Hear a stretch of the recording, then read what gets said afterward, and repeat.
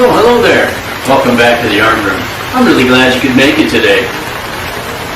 Wow, it's really coming down out there.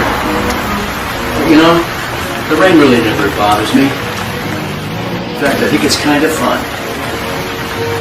And maybe you've guessed, today's episode is all about a raincoat picture. I'm going to keep it simple with just crayons and construction paper.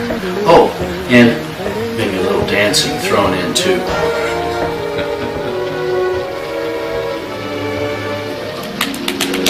I'm singing in the rain, just singing in the rain. What a glorious feeling, I'm happy again. I'm laughing at clouds so dark. So let's get back to the art room so we can start our raincoat pictures. And I'm ready for love.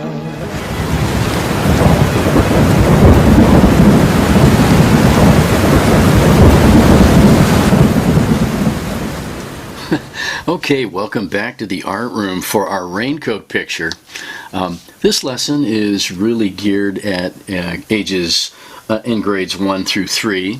Obviously, when you look at it, it's not as sophisticated as our handwriting with Gandalf, but don't let it fool you. It's really just as important in its own way. And one of the best parts about teaching art is that you really get to know your students over time, and in my case, from kindergarten up until 5th grade. So you can begin introducing these art concepts really early on.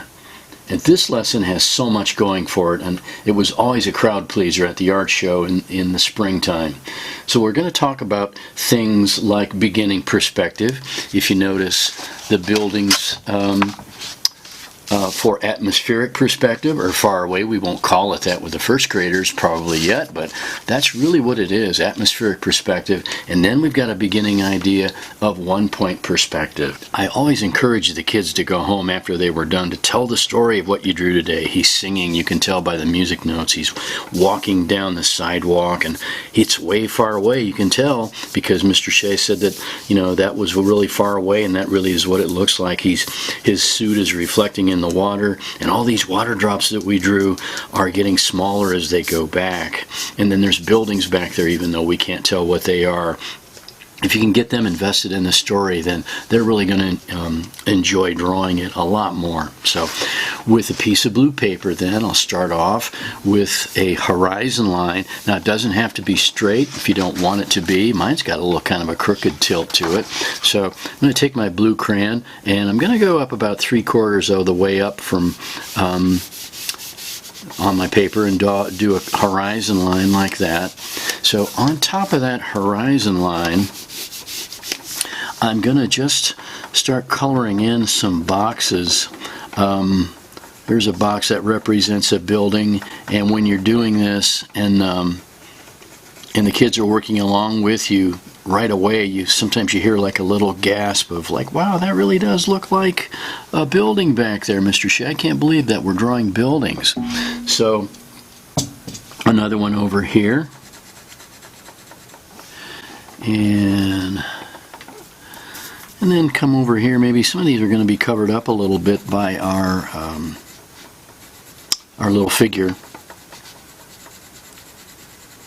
Okay, and make one that's a little bit bigger. Not pressing down too hard. And just a pile of different boxes that wind up becoming a little city for us. Really is kind of effective. I like that. Okay, so we've got like our little background city there. That's cool. And you would call that atmospheric perspective for sure. So I'll pick a point. For our purposes, I think it's going to work out if it's kind of off to the left a little bit. At least that's me. So I'm going to make a little dot there on the horizon line there. Can you see my little dot? And I'm going to pull a line down from that dot, and then we're going to start at that dot again and pull another line, and that's going to represent our sidewalk. Then along that sidewalk, we're going to have some sidewalk lines, and I'm going to try to kind of stay on an angle here that matches our horizon line. So there's a sidewalk line, and the sidewalk gets big at the beginning at the foreground, and then we'll cut off another piece here of our sidewalk, and then a little bit skinnier piece, and a skinny piece, and a skinnier piece, and a skinnier piece, and you get the idea. And as you go back, you get this wonderful idea that, wow, that sidewalk is going back into space. And then, just for the fun of it, we'll throw in a street lamp over here to give it kind of a city feeling. Okay, just to draw like a candy cane shape, and then put a little light thing on the end of it there, a little light spot. And if I have the room and I want to, I can put another one back here that's back here farther. Give it the look that there's another one back there farther into space. Okay, hey, you're doing great. So I'll throw a couple other lines out from that vanishing point, and you know, really, you don't even have to call it vanishing point. We're in first grade here, so just tell them to draw another line that goes to that spot. They'll get it. And maybe another one to really increase that look that, you know, we have like a curb, and it's our little person, our little raincoat guy is walking down the street. Okay. So one of the things I tussled with over the years as I taught the primary grades was how much to do for them, how much to try to give them a good start. And I kind of discovered that if you were a first grader or a kindergartner, you needed a little bit of a help on some of these things to get you launched off on the right foot. So for that reason, if I was doing this in first grade or kindergarten, I'd have a whole stack. I'd have 25 of these little pieces all cut to the right shape for them to come and get. That would be the start for the raincoat guy. And then I'd have a 3 or 4 separate stacks of these different colors of skin that they could use, and I had them pick out their favorite skin color for the little guy's face, our little, you know, the little center of his umbrella face there. And then I also had a pile of umbrella different looks, so they could have a red umbrella like me, or they could, if I had wallpaper that day, or if I had wrapping paper, I'd let them cut out a piece of wrapping paper and make that into a neat looking umbrella. And one year I think I had this cool shiny paper, and I let them have a shiny green umbrella if they wanted to. So they had some freedom of choice there. So the first thing I had them do, though, was to get that the raincoat guy here. It was all cut to shape, and I'd have them start off by cutting a piece off the bottom, just a little piece, and we can use that for his arm later on. Okay, so that's our little raincoat man is looking good, and I'd say, all right, well, see if you can round off the top.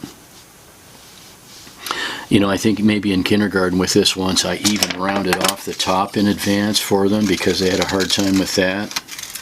It's all about getting them started on the right foot for success.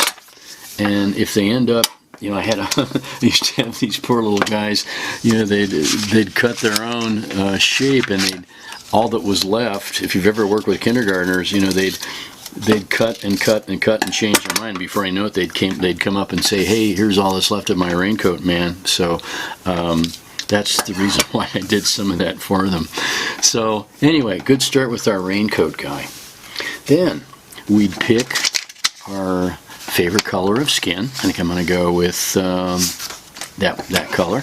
And I'd have them cut out a circle or an oval. And usually there was enough paper so that they goofed up their first time, they could try it again. And so that would be their little face sticking out of their raincoat. Then I'd have them make a little dent a little spot like that, kind of like a smile on top, and we'd cut that out, and that would represent, when we start drawing this, the brim part of the little raincoat guy sticking out. Okay, so we're doing great. I'm gonna guide them into thinking that, okay, well, we're walking down the street here like this. Where do you want to put your little raincoat person? A word about glue and kindergartners. You can really get into some disastrous situations with kindergartners and first graders, even with Elmer's glue. Oh my gosh, it's really hard for the poor little guys to control it sometimes. So if there's any way you can give them a glue stick, that's really helpful. And I'm not a big fan of glue sticks, but Elmer's glue can really give you a headache if you give everybody a bottle of Elmer's glue, and it makes this really mushy situation. So if you have a glue stick, this is a good time to use it. So I'm going to put the glue stick, I really like this brand too, this Elmer's glue stick, and I'm going to tell the kids now to make a decision about where they want their little guy to be, and he doesn't even have to be on the sidewalk. He could be over here crossing the street, or he could be tilted any number of ways, just to save a little bit of room for the umbrella up here that we're going to stick on after a bit, and try to save a little room down here for our little water droplets that are going to be over here. So I think for me, I'm going to stick that on like that. Okay, then I'm going to go back and get a piece of that, remember that piece of yellow that we cut off at the beginning, the piece that came across the bottom. I'm going to try to fashion myself a little arm, and this little arm is going to be sticking up out of the raincoat, so I can have my umbrella held on this way, or I can have it held on this way. I think I'm going to stick it over on this side, and stick a little Elmer's glue on that too, or glue stick rather, and if you can, peel back just a little bit and tuck it underneath there, and have an arm pointing up like that. Now the other arm is going to be kind of stuck inside his raincoat, so we don't have to worry about that. The kids should have a scrap left over from their circle that they made for the face, so just have them cut out a ball like that. And we can stick that ball onto the end of the arm that we just made. That's going to make a great little hand in a minute once we get done drawing it. And now, let me recap that for a minute. I'm going to point our energy towards the face part, and the face can be a real deal breaker if you're in first grade, and if you already have this thing stuck down, and you draw a face on it, and your face doesn't turn out the way you want it to, you'll cry. You absolutely will cry. So you might cry anyway because you're in first grade, but you can give them a little bit better chance of success if you have them draw the face onto the piece of paper first. And once again, on my easel up at the front of the classroom, I would have a variety of faces that they could pick from and kind of model. And they can model, of course, the ones that we did, though. That's perfectly fine for them to want to copy that. Or they can make up their own face. But you won't believe how many times the kids would not like the face and come and ask me if they could have another little piece of paper, and I certainly would give them another piece. So after you draw your face on, and this is that little face I've been working on here, I'm just going to stick him down in a good position, and it's kind of fun to play around with the angle of your face. If I'm turning in that way, I think I'm going to kind of turn it that way a little bit so he looks like he's a little more joyous, and he's holding up the umbrella going that way. So yeah, help him along with the face. And then time to do some outlining with either a crayon or a marker. I did the one I showed you with a marker, and here again, markers are great, but first graders can also have a hard time managing markers. and putting the caps back on. And so if you want to go with crayons, sometimes crayons work just fine with things like this. So I'm going to do a little bit of drawing, and I would take them through this part too, where I would say, okay, well, make this division right here. That's where he's got his hat. That's his rain hat separation. And then we'll also line that in too, and we'll line in his arm. Okay, and we'll come down here and we'll do his bottom of his raincoat right here, like that. Okay, so now I'm off to a pretty good start. I'll make like a place where his coat is kind of hooked together here like that, and I can even draw some little buttons or buckles or something like that on his coat. So what about his shoes? He's going down the road with his shoes. He could be like just standing. He could be having one foot over. So we'll just take our crayon here and we'll draw a little foot sticking out here and just color that in. I'm kind of going with a blue theme, but they could use black if they wanted to. And I think just for the fun of it, I'll make this foot like sticking up over here because he's really having fun walking around in the rain here. Our little guy, he's having a great time. He's getting all wet, but he doesn't care. Okay, all right. Okay, so as far as the umbrella part goes, and we talked about that at the beginning, I think I'm going to just drop back and use my red construction paper for this part, so they can draw it first. It might help a lot. Draw a half circle like that. Is that going to be about the right size? Yeah, that's good. Maybe that's a little smallish, but yeah, that's all right. And we're going to cut out our umbrella. Okay. In first grade, maybe I might say, maybe not kindergarten, I'd say, well, maybe you can make some of these little cutouts to make your umbrella look a little more realistic, like that. And we'll pick a good angle up here so that we can attach the umbrella, you know, the rod part of the umbrella up there. And we don't care if the umbrella is over his head or not. We don't care about that. So I'm going to pick a good angle. It's kind of right above where his hand is because I want his hand to hold on to that umbrella. So we'll pick a good angle and glue that down. Okay. Whoops. And yeah, get that stuck on. Angle it over a little bit like that. Okay. Alright, so the next thing we need to do then is get it into his hand.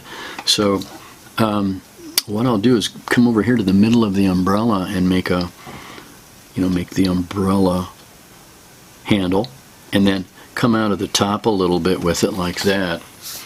I'll go ahead and I'll outline the umbrella here like that. Kids love this part. This is kind of magical, where if you just make a few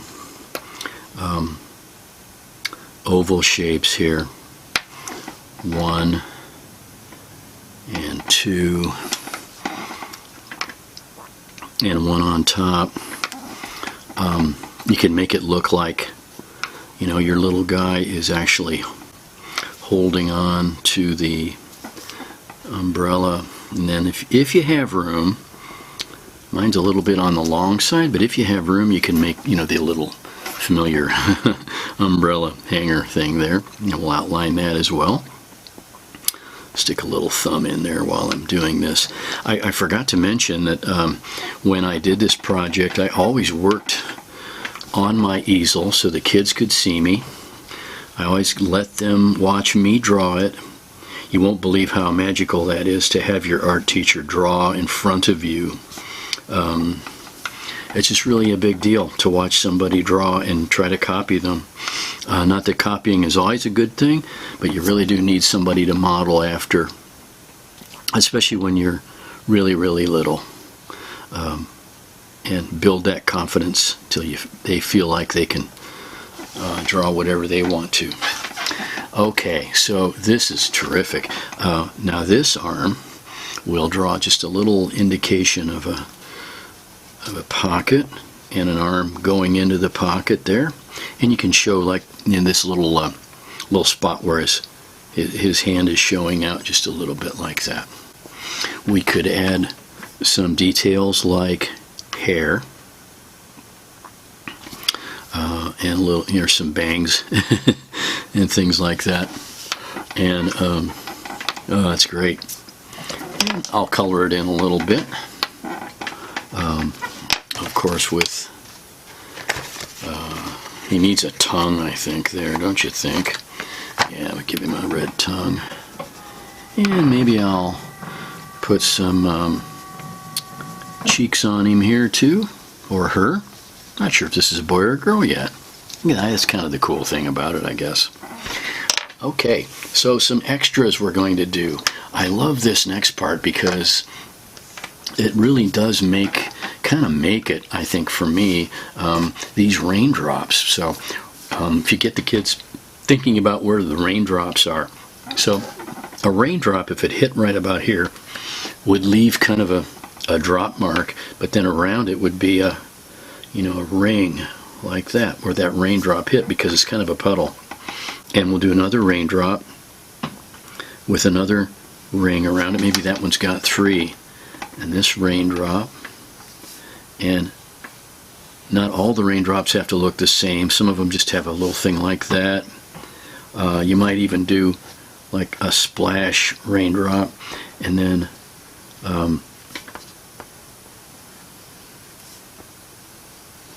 as your raindrops recede farther back into your drawing, they get smaller and less defined and a little bit harder to see.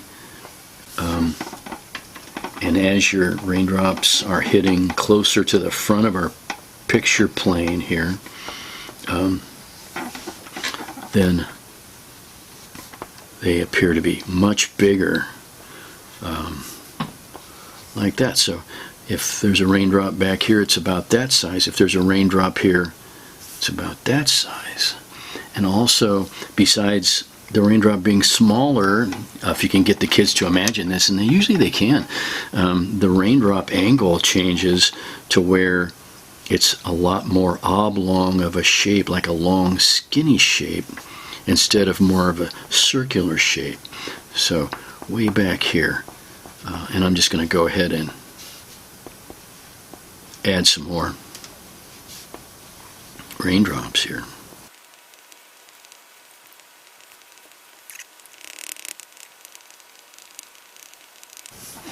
Okay, very good. So I'm going to grab my white crayon now for what we're going to do next here. And I'm going to see if I can outline those raindrops with some white, kind of make them stick out a little bit better.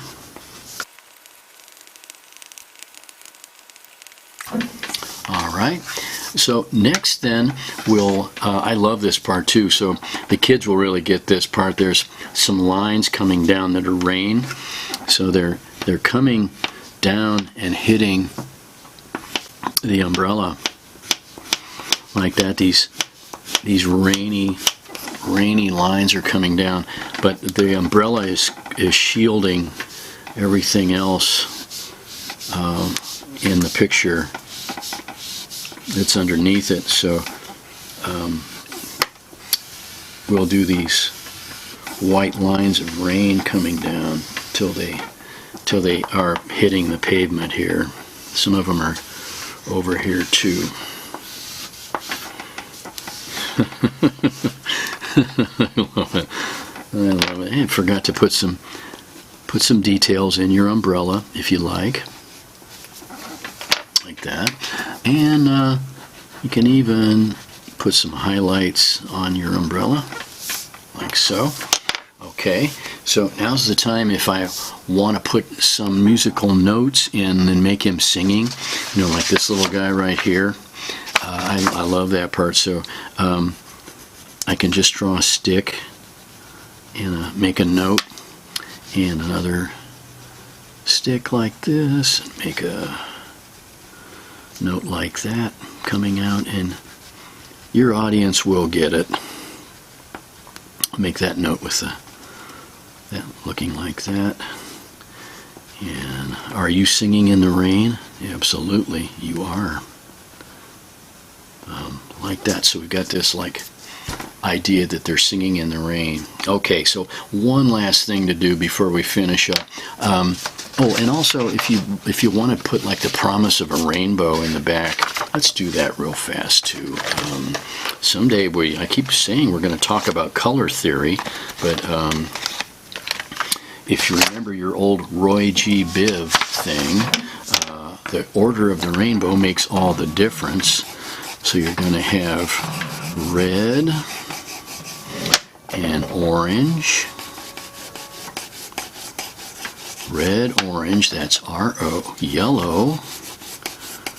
Okay.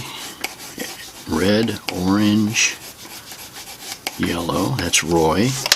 And G, that's the green part. Where'd my green get to? There it is. And green. Oh yeah, just putting in that lightly. And then blue, we've already got that.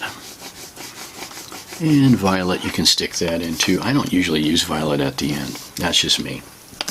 Okay, and final finishing touch on our little raincoat guy. Ooh, I didn't color his hair in, or her. I think mine's actually a girl.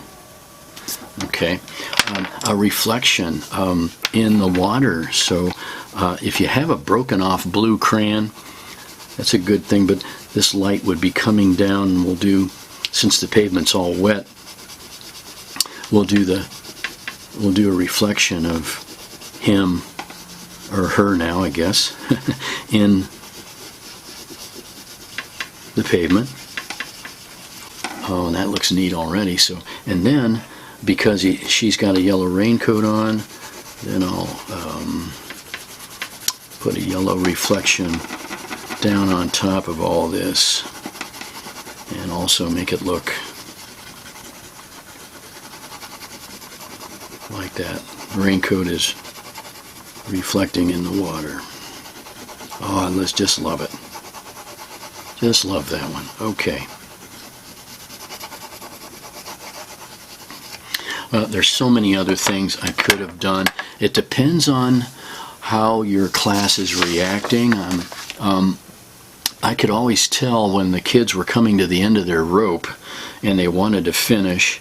If they wanted to keep on going, then we keep on adding extras. We could just prolong this thing. We could just keep, we could add a dog over here. We could add a fire hydrant. Maybe that might be kind of fun, or any other numbers of little details to make your drawing really tell the story. And that's, if you're a first grader or a kindergartner or a second grader even, that's the big deal. Does your picture tell that story?